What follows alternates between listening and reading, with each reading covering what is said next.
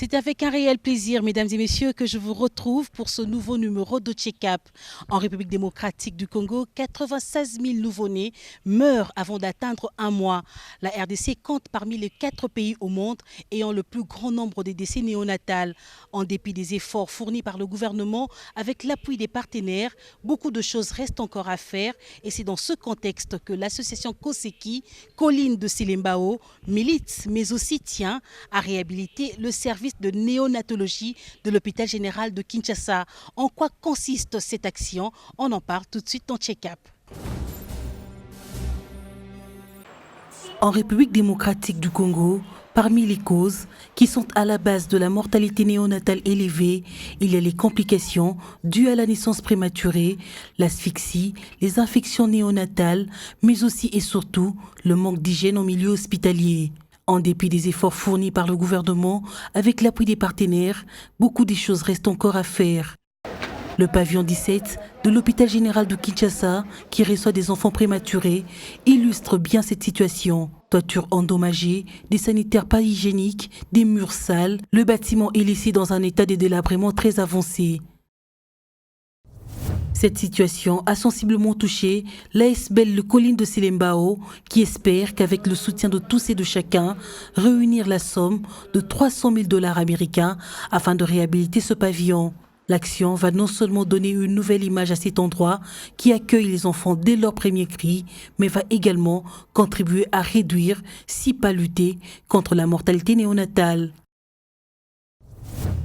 Selon l'UNICEF, en République démocratique du Congo, un nouveau-né sur 35 meurt avant l'âge d'un mois, de un total de 96 000 nouveau-nés qui décèdent chaque année. En chiffre absolu, la RDC compte parmi les 4 pays au monde ayant le plus grand nombre de décès néonatals.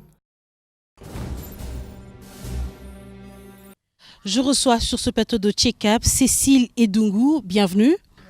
Vous êtes la présidente de l'ASBL Les Collines de Silembao, installée ici en République démocratique du Congo, mais aussi en Belgique. Et vous avez l'ambition de contribuer à la réduction de la mortalité maternelle et infantile. Est-ce que vous pourriez nous dire qu'est-ce que vous comptez faire concrètement? Concrètement, mais on compte contribuer une goutte d'eau dans l'océan, contribuer en tout cas à la diminution du taux de mortalité maternelle et infantile en RDC, en apportant notre soutien, notre aide avec les activités que nous pouvons faire avec notre ONG. Et nous avons déjà commencé parce que nous avons déjà une petite maternité à Silembao. Ben justement, voilà pourquoi vous parlez des collines de Silembao. Mais comment vous expliquez cela? Est-ce que vos activités vont juste s'arrêter au niveau de la commune de Silembao ou bien vous comptez l'étendre dans d'autres coins de la ville de Kinshasa? Non, on compte l'étendre. Au fait, c'est le nom de l'ONG qui est les collines de Silembao. Il faut savoir un peu l'origine, pourquoi les collines de Silembao, justement. En fait, moi j'ai grandi en Belgique. Après le décès de mes parents, je suis partie, j'ai quitté le Congo à 6 ans. Et donc j'ai plus grandi en Belgique qu'ici. Et donc de retour, après une vingtaine d'années, je ne connaissais pas du tout la province, enfin la Kinshasa. Et j'ai été visiter Silembao, que je ne connaissais pas. Et en route, on a vraiment vu dans ces quartiers, le quartier Mbala, qu'il n'y avait rien. Et on avait croisé une dame qui remontait jusqu'à la route de Matadi, là où il y a une maternité, pour venir accoucher avec la douleur d'enfantement. Mais je suis mère de 4 enfants, et femme aussi. Et la douleur, je la connais, je l'ai vécue 4 fois. Et c'était pour moi juste impensable de savoir que dans ces lieux-là, il y avait au moins 7 km qu'il n'y avait rien pour pouvoir ne fût-ce que calmer la douleur. Et donc, ne connaissant pas du tout Silembao et tout, quand j'ai tapé, j'ai demandé dans quelle commune on était, on m'a dit Silembao. Et quand j'ai tapé sur Google, on me dit Silembao, c'est toutes les collines de Kinshasa. Et de, voilà. Ça vous a inspiré à parler des collines de Silembao. Voilà. Tout à l'heure, vous disiez que vous avez une maternité justement dans la commune. À l'endroit même où on avait croisé la dame. Dans la commune de Silembao. Oui. Depuis combien de temps la maternité existe? Depuis 2011. Donc on doit dire que vous accueillez suffisamment des femmes. Oui, beaucoup de bébés qui sont nés depuis 2011 à Silembao, dans cette maternité qu'on avait commencé toute petite parce qu'on avait commencé à louer un petit hangar de 17 mètres carrés. Et à l'époque, j'avais envoyé 400 € pour acheter tous les petits matériaux et tout médical. Et c'était dans le but de faire vraiment les premiers gestes. La femme a mal, on la transporte. Avant de faire les 7 km, on donne un petit antidouleur pour qu'elle supporte la douleur jusqu'à... Et heureusement, malheureusement pour nous, les femmes ne voulaient plus monter, mais venaient accoucher dans ces petits centres. Okay. Et donc voilà un peu, on n'avait plus le choix. Et, on a commencé, et puis on a acheté, et puis on a été soutenu par Wallonie-Bruxelles pour pouvoir construire une maternité à cet endroit-là. Et actuellement, nous avons une maternité de 20 lits. Sur place dans le quartier Mbala. Voilà. Au-delà de la maternité, d'une bonne action que vous avez déjà eu à organiser, vous voulez encore en faire plus en réhabilitant un pavillon de l'hôpital général de Kinshasa. Oui. Qu'est-ce qui vous a motivé justement?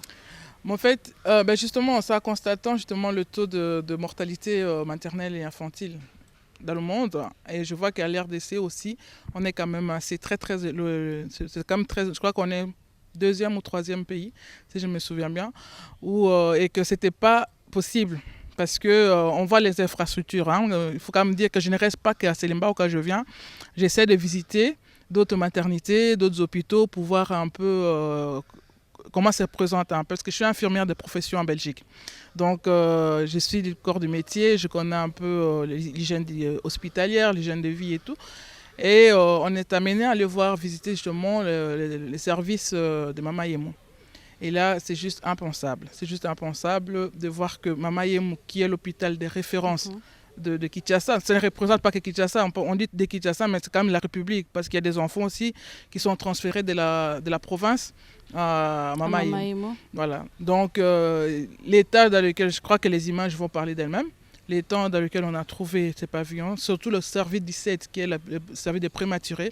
Vous savez que les prématurés ont besoin de beaucoup de soins et d'attention. Et être prématuré et être soigné dans ces conditions, c'était juste... L'hygiène a un grand rôle à jouer. L'hygiène, c'est la première cause d'ailleurs, les maladies nosocomiales. Aujourd'hui, on parle de maladies nosocomiales, c'est les maladies qu'on attrape à l'hôpital. Et quand je vois qu'on met 3-4 bébés dans la même couveuse, ils n'ont pas la même maladie, ils sont prématurés, mais ils n'ont sûrement pas les mêmes infections. Ça veut dire qu'ils se transmettent les infections d'un enfant à l'autre. Et beaucoup de décès. Et on m'a dit, voilà, par manque de matériel, par manque d'hygiène, parce que vous voyez aussi au-dessus de couches de poussière. Et puis, par manque de tout ce qui est panneaux solaires et tout ça, parce qu'à chaque fois que le courant part au Congo, à Kinshasa, pardon, à chaque fois qu'il y a une coupure de courant dans la commune de Gombe, où c'est Mama Yemo, mais il y a au moins 5 à 10 enfants qui décèdent.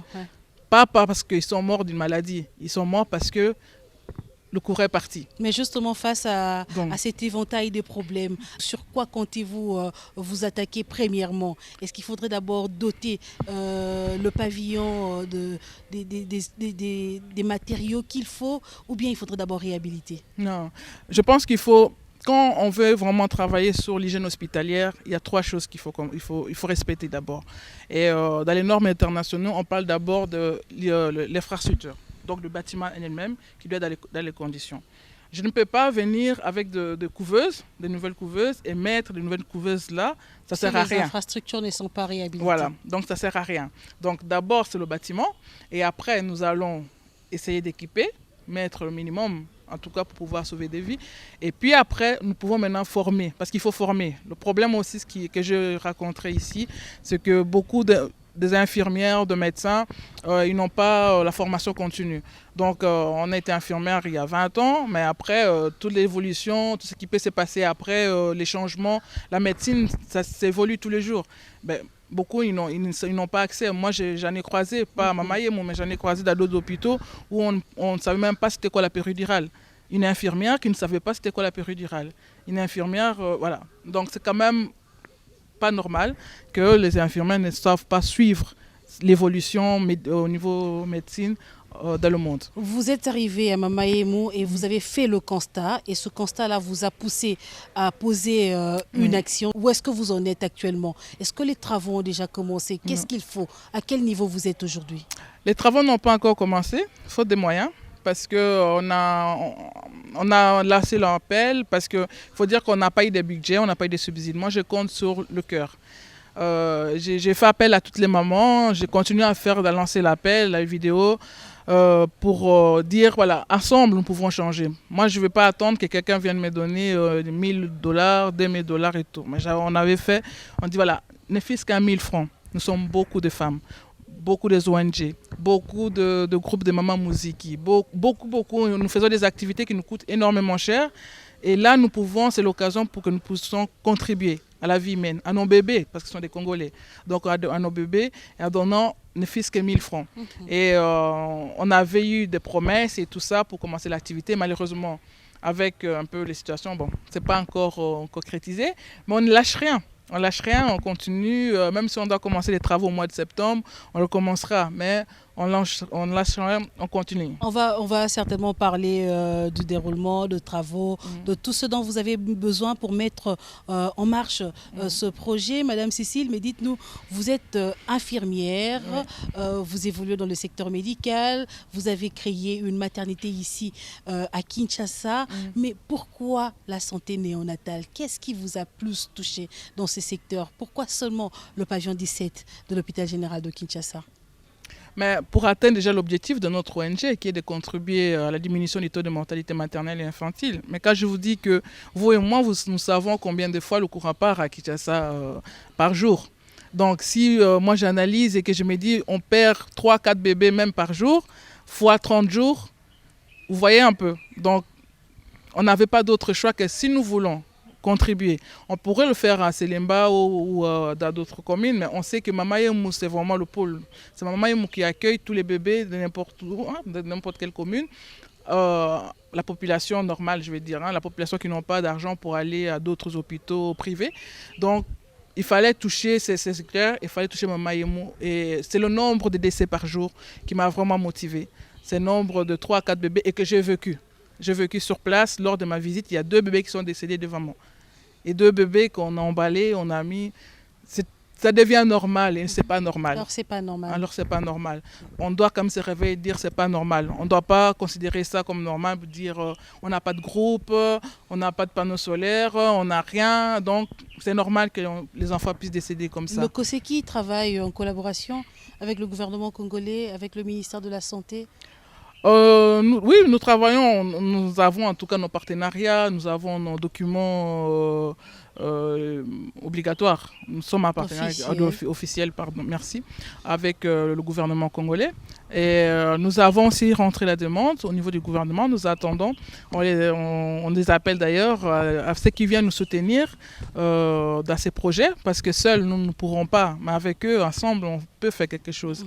Et nous, on a commencé, on a peut-être la vision, mais il faut que tout le monde, avec ses moyens, puisse nous appuyer dans notre vision et qu'on puisse vraiment réhabiliter ces pavillons. On ne doit pas toujours attendre que les autres viennent faire pour nous. Maintenant, là, c'est à nous aussi à commencer à faire quelque chose. Et c'est vraiment le message qu'on aimerait passer, à dire aux mamans, 1 000 francs. C'est pas grand-chose. C'est juste un appel que vous faites à toutes les personnes, qui vous suivent en ce moment. Voilà, tout le monde. Tout le monde, en commençant par vous. Justement. En commençant par vous. Tout le monde, non, c'est vraiment... c'est un geste de cœur. Je veux dire, ces jours-là, je rêve. Pour le moment, c'est encore un peu illusoire, peut-être, ces projets. Mais j'y crois et je sais qu'on va y arriver parce que ce n'est pas le premier projet à Mama Yemou. On a fait le pavillon 17 le pavillon 11 au mois de mars. Et là, c'est le pavillon des indigents. Et il fallait voir vraiment l'avant et l'après. Et nous avons fait aussi avec 1 000 francs. On a frappé à des portes, on a été dans des magasins qui ont pu nous donner des choses, des sacs de ciment. On a eu des partenaires, des ONG qui sont venus nous soutenir. Donc c'était vraiment un truc d'Arsam. On aimerait qu'aujourd'hui, les Congolais, on arrive à travailler en synergie, qu'on ne travaille plus en individuel, mais qu'on se dise, même si c'est une ONG, mais qu'on aille appuyer cette ONG pour concrétiser une action concrète. Non pas... Voilà. Vous aviez une fois réhabilité le pavillon 11 et aujourd'hui vous voulez faire le pavillon 17. Est-ce que vous avez déjà des promesses pour aller un peu plus vite? Lors de votre dernière sortie, vous aviez parlé du mois de juin pour lancer les travaux. Est-ce qu'on doit dire qu'aujourd'hui, Madame Cécile Edungu a suffisamment des promesses, a suffisamment des soutiens pour pouvoir accomplir ce projet? Non, pas encore. Pas encore, c'est pour ça qu'on continue à lancer, à venir aussi à la télé pour lancer. On avait eu des promesses, mais qui malheureusement, les gens nous expliquent que vu la situation, la conjoncture du pays, ils attendaient un certain montant et qu'ils n'en ont plus. Bon voilà, c'est un choix, c'est un don, ce n'est pas une obligation. Une personne a promis, mais s'il ne sait pas, il ne sait pas. Mais nous, on ne comptait pas spécialement sur une personne ou sur une ONG. Non, on comptait plus sur cette synergie-là, justement, de dire, chaque ONG peut dire, moi j'achète une tôle, moi j'achète un sac de ciment, et c'est ensemble. Et aujourd'hui, le message, c'est que chacun puisse comprendre que ce projet, le pavillon 17, n'appartient pas à Colline de Selimbao. Ce projet, c'est un projet d'ensemble, de tout le monde. Tout le monde peut venir avec nous, tout le monde peut venir participer à ce projet. Vous venez de la Belgique, certainement vous avez une autre vision de la santé maternelle et infantile, mais vous revenez au Congo. C'est vrai qu'au cours de cette émission, vous aviez dit que les enfants décèdent, meurent chaque minute et tout ça par des coupures intempestives du courant. Madame Cécile, si aujourd'hui on vous demandait de dresser un tableau, de donner des chiffres de la situation de la mortalité maternelle et infantile en RDC, que diriez-vous? Les chiffres exacts, on ne saura pas parce qu'on nous donne des chiffres, disons comme ça, parce que si on veut donner de toute la RDC, ça veut dire qu'on doit aller même dans les villages pour aller chercher ces chiffres-là. Mais néanmoins, je sais qu'on dépasse, bon, c'est pas officiel, parce qu'officiel, on nous parle entre 30 et 40%, mais le peu que depuis 8 ans que nous sommes ici, je suis sûr qu'on dépasse quand même les 60 à 70%. De ces taux de mortalité maternelle et infantile, parce qu'il y a beaucoup de décès, surtout les prématurés. On parle de 96 000 enfants qui meurent chaque année en République démocratique du Congo. C'est quand même énorme. Est-ce que vous pensez que vos actions pourraient aider à renverser la tendance? J'espère et j'y crois. J'espère et j'y crois, et je pense que c'est ça qui me motive. J'espère que d'ici quelques années, quand nous allons discuter de ça, qu'on ne soit plus à 96 000, qu'on soit même ne fût qu'à 60 000, qu'on aurait sauvé 20 000 enfants ou 36 000 enfants en RDC, j'espère. Vous savez, Kinshasa, ce n'est pas le Congo. L'hôpital général aussi ne représente pas toute la capitale, mais comme vous l'aviez dit, ça représente quand même, ça donne une image de notre pays. Est-ce que vous comptez étendre ce projet dans d'autres hôpitaux de la ville, pourquoi pas dans d'autres provinces? Ben justement, pourquoi pas? Le but, c'est ça, c'est de pouvoir toucher un peu partout, et on espère avoir des partenaires fidèles et des partenaires qui vont nous soutenir, à commencer par le gouvernement, à commencer par le ministère de la Santé, qui peut nous soutenir et nous accompagner dans ce projet. On espère que le projet n'est pas spécialement fait pour Kinshasa. On aimerait vraiment aller à l'intérieur du pays, aller dans d'autres endroits où il n'y a rien, où on peut construire quelque chose pour justement contribuer à cette diminution. On ne veut pas seulement rester à Kinshasa ou à Selimbao. On veut vraiment contribuer à notre petite manière en RDC. Donc ça fait combien de temps que votre projet existe ici en RDC? Depuis 2011, quand j'ai commencé la petite maternité à Selimbao, c'est de là que j'avais créé l'ONG Les Collines de Selimbao. Et depuis là, nous faisons quand même beaucoup d'activités. Nous soutenons aussi, il y a beaucoup de familles aussi, des œuvreux qui n'ont pas accès aux soins de santé. Donc on les assiste parfois en faisant appel sur Facebook et tout ça pour pouvoir bénéficier d'une opération ou d'une chirurgie parce qu'ils n'ont pas les moyens. Donc voilà, depuis 2011, quand même, nous faisons beaucoup d'activités et on contribue à notre manière, une petite goutte d'eau peut-être dans l'océan, mais au moins nous avons amené notre petite goutte et on invitera chacun justement à faire pareil. 8 ans à Kinshasa, parce que c'est ici que vous avez commencé vos activités. Est-ce que vous êtes satisfaite des réalisations? Pas encore, parce que j'ai toujours l'impression de ne pas... En tout cas, je ne suis pas satisfaite. J'ai toujours cette impression qu'il y a encore tellement à faire. À comparer à Belgique, Kinshasa, c'est très petit, et c'est très grand, pardon. Et j'ai l'impression que tout ce que je fais, au fait, c'est comme si on ne faisait rien.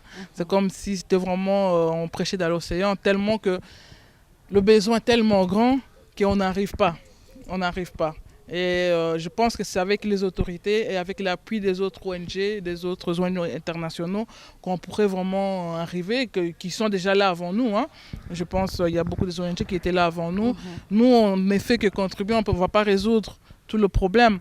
Mais rester sans rien faire, ça, c'est pas c'est pas dans notre optique. Je veux justement revenir à ce projet ambitieux de réhabiliter le pavillon 17 de l'hôpital général de Kinshasa. Vous avez un coût qui se lève à 300 000 $. C'est quand même beaucoup d'argent. Ouais. Est-ce qu'aujourd'hui, Cécile Edungu peut dire à la population congolaise, à la population quinoise, aux partenaires, à tous ceux-là qui sont en train de le suivre, qu'elle dispose déjà de la moitié de ces fonds? Non, pas encore. On ne dispose pas la moitié. Non, pas encore. On n'a pas encore la moitié de ces fonds. Il est vrai que nous avons, vu le budget, on a divisé le projet en plusieurs parties. On s'est dit, voilà, justement, quand on dit 300 000 $, tout le monde dit c'est trop, qui va faire, comment on va faire. Donc on s'est dit pourquoi pas commencer à décanter le projet et à faire petit à petit. Exactement. Et donc ici nous avons divisé, on va commencer par la toiture, parce qu'il faut savoir que le toit qui est actuellement, c'est le toit qui a été fait peut-être même avant que je sois née. Donc ce n'est plus dans les normes. Donc on va commencer, et quand il pleut, il y a de l'eau qui rentre là où il y a des couveuses. Donc voilà. On a commencé par la toiture, et là on a fait un budget de plus ou moins 20 000 $. Et pour permettre justement à tout le monde de pouvoir participer en tout cas au projet ou contribuer, nous avons divisé les 20 000 à 100 parts. Hein. Donc il n'y a pas de bénéfice après. Exactement. C'est vraiment un exemple, parce que j'ai eu des gens qu'on a mis sur Facebook qui me demandaient s'il y avait des dividendes. J'ai dit non, ici il n'y a pas de dividendes. C'est vraiment une expression qu'on a pris pour dire nous avons 100 parts à 200 $ la part. Mais vous pouvez vous mettre à 10 personnes, à 5 personnes, à 100 personnes pour acheter une part. Donc c'est juste pour faire adhérer tout le monde dans cette action. Oui, parce que le but c'est ça, c'est que tout le monde contribue. Même une personne qui a 500 francs puisse mettre ses 500 francs. Parce que quand elle met ses 500 francs, on s'approprie au fait le projet. Et je pense qu'après, la personne va faire attention. Quand on arrive au pavillon 17, même si on veut jeter quelque chose, on pense à son action. À son action, voilà. On dit non. Je garde, j'irai jeter ailleurs. Et c'est ça, j'aimerais que chaque personne, chaque participant puisse s'approprier, que c'est son projet, puisse s'approprier du projet et puisse alors contribuer. Et jusqu'à présent, nous avons vendu 32 parts, si j'ai bonne mémoire, la dernière fois. Et donc, nous avons encore plus de 70 parts qui restent. On continue sur Facebook, on continue via les réseaux sociaux, avec les télévisions. Et on espère vendre les 70 parts qui nous restent. Vous continuez sur les réseaux sociaux, oui. Mais moi ce que j'aimerais que vous puissiez nous expliquer, comment justement vous atteindre pour pouvoir contribuer. Comment comptez-vous impliquer toute cette population à pouvoir adhérer à ce projet? Nous sommes sur Facebook, hein, les collines de Selembao. Tout le monde peut y avoir accès. Il y a le numéro de compte, les numéros d'M-Pesa. Enfin, on a mis toutes les coordonnées qu'il faut pour que chaque personne contribue. Vous pourriez également le rappeler ici sur ce plateau, si c'est possible, un numéro de téléphone. Oui. Le numéro d'M-Pesa, c'est le 081 38 19 222. Voilà, là c'est votre numéro de téléphone. C'est ce numéro de téléphone des collines de Selembao. Et les gens peuvent également contribuer en utilisant ils peuvent appeler, ce numéro. Voilà. Ou appeler sur mon numéro de téléphone, le 081 27 51 627. Et sur ma boîte email, edungocecile@hotmail.com, ou bien les collines de Selembao, ong@gmail.com. Voilà. Madame Cécile, dites-nous avant de finir cette émission, quelles sont vos perspectives d'avenir au-delà de la réhabilitation du pavillon 11 que vous avez fait il y a quelques années, au-delà de la maternité que vous avez créée ici dans la commune de Selembao, et là vous envisagez réhabiliter le pavillon 17, toujours à l'hôpital général de Kinshasa. Quelles sont vos autres perspectives afin de contribuer justement à la réduction de la mortalité maternelle et infantile? Oui, je pense que ce qu'on aimerait vraiment ici, c'est contribuer à l'hygiène hospitalière en Afrique. Une personne peut rentrer avec la malaria et décéder avec une maladie qu'on attrape en hôpital. C'est ça qu'on appelle la maladie nosocomiale. Et c'est l'hygiène hospitalière, c'est l'hygiène de l'environnement. Les gens pensent qu'on peut laisser avec les poussières, comme je vous ai dit, dans l'hôpital où on voit vraiment tout délabré et on continue à soigner. C'est cette prise de conscience qu'on aimerait arriver à dire aux gens, un hôpital doit être propre, un hôpital doit être sain, et c'est pas parce que il ne faut pas des produits parce qu'on pense qu'il faut beaucoup de budget, il faut beaucoup d'argent. Je suis tout à fait consciente. Mais même notre propre maison, je pense qu'on n'aimerait pas voir à la maison des poussières sur l'appui des fenêtres ou bien dans le berceau du bébé. Et pourtant, on n'utilise pas des produits. Même avec des lots, on peut le faire. Et on aimerait vraiment que dans les écoles des infirmières, dans les écoles des médecins, on puisse vraiment taper sur les doigts, comme on dit, sur l'importance et la contribution de l'hygiène hospitalière, d'une bonne hygiène hospitalière, du lavage de mains. bêtement se laver les mains peut diminuer le taux de mortalité des personnes.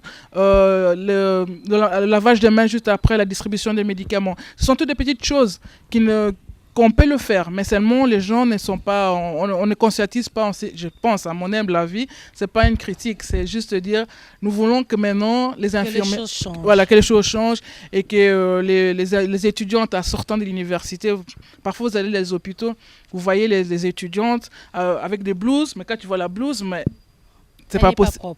Elle n'est pas propre, elle sort avec juste dans la rue, elle revient avec, elle rentre avec. Mais où est la protection? Une blouse d'hôpital doit rester à l'hôpital. On ne va pas acheter quelque chose à manger jusqu'au boulevard et puis revenir avec la même blouse jusqu'à la maternité à Mama Yemou. Et puis il y a des taches partout. Non, c'est pas ça. À vous entendre, est-ce qu'on doit dire que vous interpellez en même temps le gouvernement de la République, les personnels soignants, les responsables des hôpitaux? Oui, on s'interpelle tous au fait. Hein. Je pense qu'en étant infirmière aussi, je suis aussi indignée de cette situation. Et je fais partie aussi de ces groupes de personnes et on interpelle tout le monde de la situation pour l'hygiène hospitalière. On aimerait vraiment que dans les années à venir, on puisse participer. Le Congo aussi puisse envoyer des gens au colloque parce qu'il y a des colloques qui se font chaque année de l'hygiène hospitalière au niveau mondial. Donc on aimerait que demain on puisse voir aussi le Congo qui présente un projet sur les jeunes hospitalières. Ça serait une fierté que nous participons aussi parce que c'est vrai qu'il n'y a pas beaucoup de pays d'Afrique qui participent et on aimerait un jour, pourquoi pas commencer par le Congo qui participe ou qui organise. Le Congo qui pourrait organiser peut-être d'ici quelques années cette colloque sur l'hygiène hospitalière. Ça serait une fierté pour le pays, je pense. Cécile Dungu, ça serait une fierté pour le pays et même l'aboutissement de votre projet, ça sera également une fierté pour toute la population congolaise. Est-ce que, pour finir, vous pourriez encore marteler sur l'adhésion de tous dans ce projet? Vous avez la caméra pour lancer votre message à toute la population. Donc, merci beaucoup. Donc voilà, le projet pour Mama Yemou, le pavillon 17, c'est un projet qui nous concerne tous. Ça doit tous nous interpeller, que ce soit hommes, femmes, à chaque niveau social, qu'on soit politique, pas politique, ONG. Vraiment, c'est un projet commun, c'est un projet de synergie. Nous voulons travailler ensemble. Et ensemble, on est plus fort. Ensemble, on va pouvoir changer des choses. Je vous attends, j'espère que ce message va passer, j'espère que demain vous serez nombreux à venir nous soutenir et qu'on commence ensemble officiellement le projet du pavillon 17. Merci beaucoup Cécile Dungu. Je rappelle que vous êtes la présidente de l'ASBEL Le Colline de Selembao et justement là vous êtes dans un projet social, celui de pouvoir réhabiliter le pavillon 17 de l'hôpital général de Mama Yemou, ce pavillon qui accueille justement les enfants, les nouveau-nés et les prématurés. Et vous voulez donner à ce prématuré un bon endroit, un endroit digne, un endroit sain pour qu'il puisse grandir de façon vraiment paisible, optimale.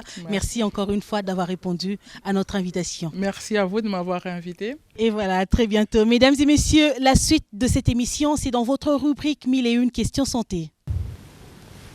Durant ces premières semaines, le nouveau-né protégé par les anticorps de sa mère transmis à travers le placenta et ensuite dans le lait maternel. Puis au bout de 6 semaines environ, son système immunitaire se développe et prend le relais, devenant rapidement apte à réagir à la présentation d'un antigène. C'est pourquoi vacciner son enfant, même très jeune, ne présente pas de risque pour sa santé. Un enfant vacciné trop tôt pourra éventuellement ne pas développer d'immunité. D'ailleurs, les premiers vaccins sont généralement administrés à partir de l'âge de 2 mois, une fois que le système immunitaire est mature. Une exception, le vaccin contre la fièvre jaune est agressif pour l'organisme d'un enfant avant 9 mois. Et voilà, ce check-up est fini. Je vous retrouve très prochainement sur B1 Télévision.